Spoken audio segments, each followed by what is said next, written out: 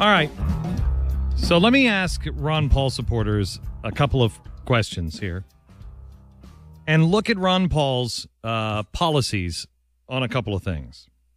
When you look at Ron Paul, you say he's the Constitution's best friend and that he is great on federal spending, right? That he's going to rein it all in. And that's one of his hardcore principles. And that's one of the things that you like about Ron Paul. That's what I like about Ron Paul. He's like, shut it all down. Just shut it all down. I'm for it. But did you know that Ron Paul, since 1999, federal spending in his home district, Texas 14, has quadrupled? Now, if this is one of his hardcore principles, why has his spending quadrupled to over $4 billion? This is significant because it makes his district one of the highest per capita spenders in the nation. Let me say that again. Ron Paul, who's against pork, who's against spending, his district is one of the highest per capita spenders in the nation. And since 1999, the spending that he has earmarked has quadrupled. Now, wait a minute. How's that happening? How do you justify the consistency? Here's the problem. If somebody can justify it, if the candidate, for instance, Mitt Romney, I don't buy his health care thing, but I do buy his abortion thing because I've asked him about it. Pivot point. I don't buy his health care thing. I think he is a big government guy. But abortion, I do believe he's changed his mind. With Ron Paul, what Ron Paul will say is, well, you got to play the game. Well, wait a minute. But that's your point. As a candidate, that's what you're trying to sell me on, is that you don't play the game. It's time for the game to end.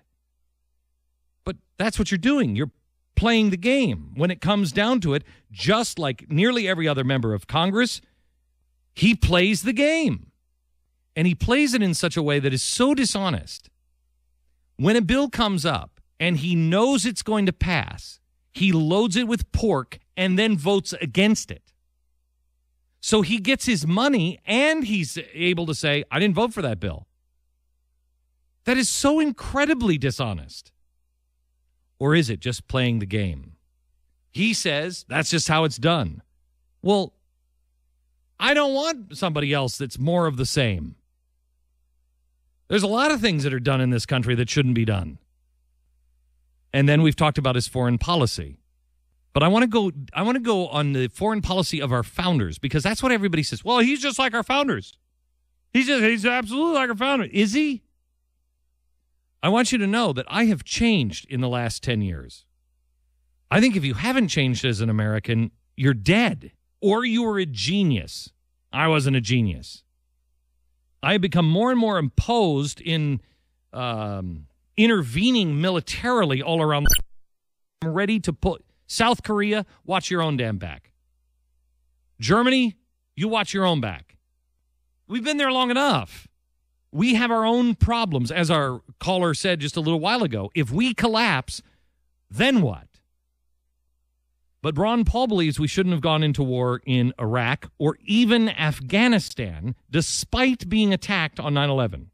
When virtually everybody agreed the terrorists had ties to Afghanistan and the Taliban, the leadership of that country, he said no.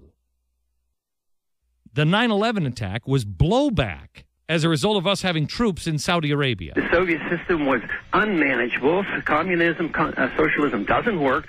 We did not need to do that because it leads to unintended consequences. It leads to blowback because that led to us later on keeping the troops on the Arabian Peninsula. That is the main reason 9/11 occurred, is because we were bombing Iraq and we were occupying and had troops all over the Saudi Arabian Peninsula, and that is considered Holy Land. Yeah, okay. Great. The bottom line is we were directly attacked on our soil by terrorists. Ron Paul did not support taking action against those who perpetrated the act. His contention is, and the contention of his supporters, is the founders wouldn't have done it either. Well, you know what our first foreign war was? With Islam. While our founding fathers did, in fact, want to avoid foreign entanglements, when they were provoked, they acted because they tried Dr. Paul's idea and it didn't work. 9/11 is far from the first example of a Muslim extremist and extremist terrorism against the United States. In the late 1700s, the Muslim Barbary pirates attacked hundreds of ships at sea. Many of them were American. They took our sailors and made them slaves. They demanded ransom. They extorted hundreds of thousands and eventually even millions of dollars from us over a 2-decade period until John Adams finally built an American Navy and Thomas Jefferson put it to use against the pirates. Leading up to these events, Americans began to tire of the unprovoked attacks at the hands of the Muslim pirates. George Washington remarked, To be prepared for war is one of the most effectual means of preserving the peace. Is that George Washington that said that? It's George Washington. Yeah. Wow. Yeah. Mm-hmm. In the meantime, I think he meant it too. Because the Barbary pirates had been left alone for so long, they thought America was weak. By the end of the Adams administration, we were making extortion payments to the Muslim terrorists. Now, what percentage of the federal budget do you think that extortion payments were amounting to during the Adams administration? What percentage would you say, oh my gosh, that's crazy?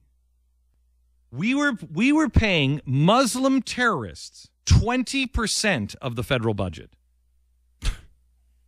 20%.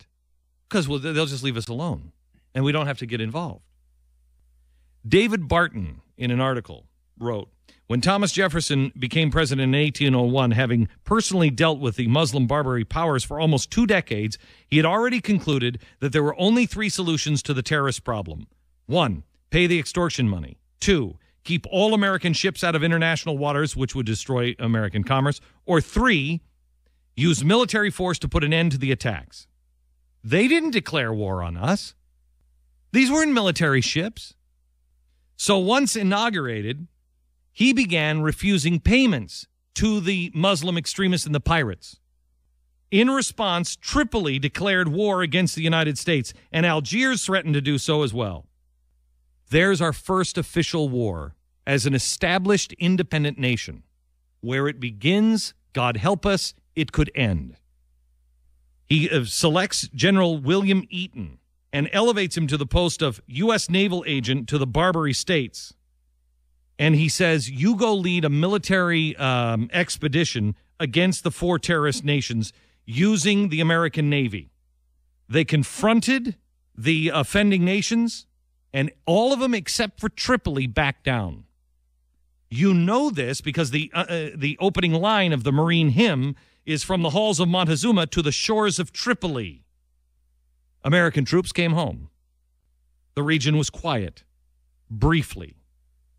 1807, Algiers, Muslim extremists again. They resume attacks. Jefferson is preoccupied now to avoid war with Great Britain and France and didn't return military forces to the region.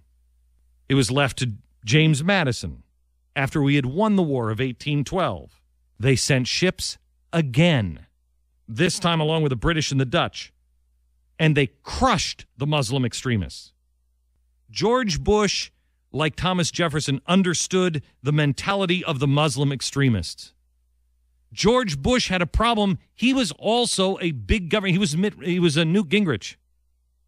He also believed in it's our destiny to spread freedom. No, it's not. Teach people through our example. Let them let them yearn to be free. Let's enable them in every way we can, but we don't spread it through military force. You cannot teach an old dog new tricks, especially when the old dog doesn't want to learn those tricks.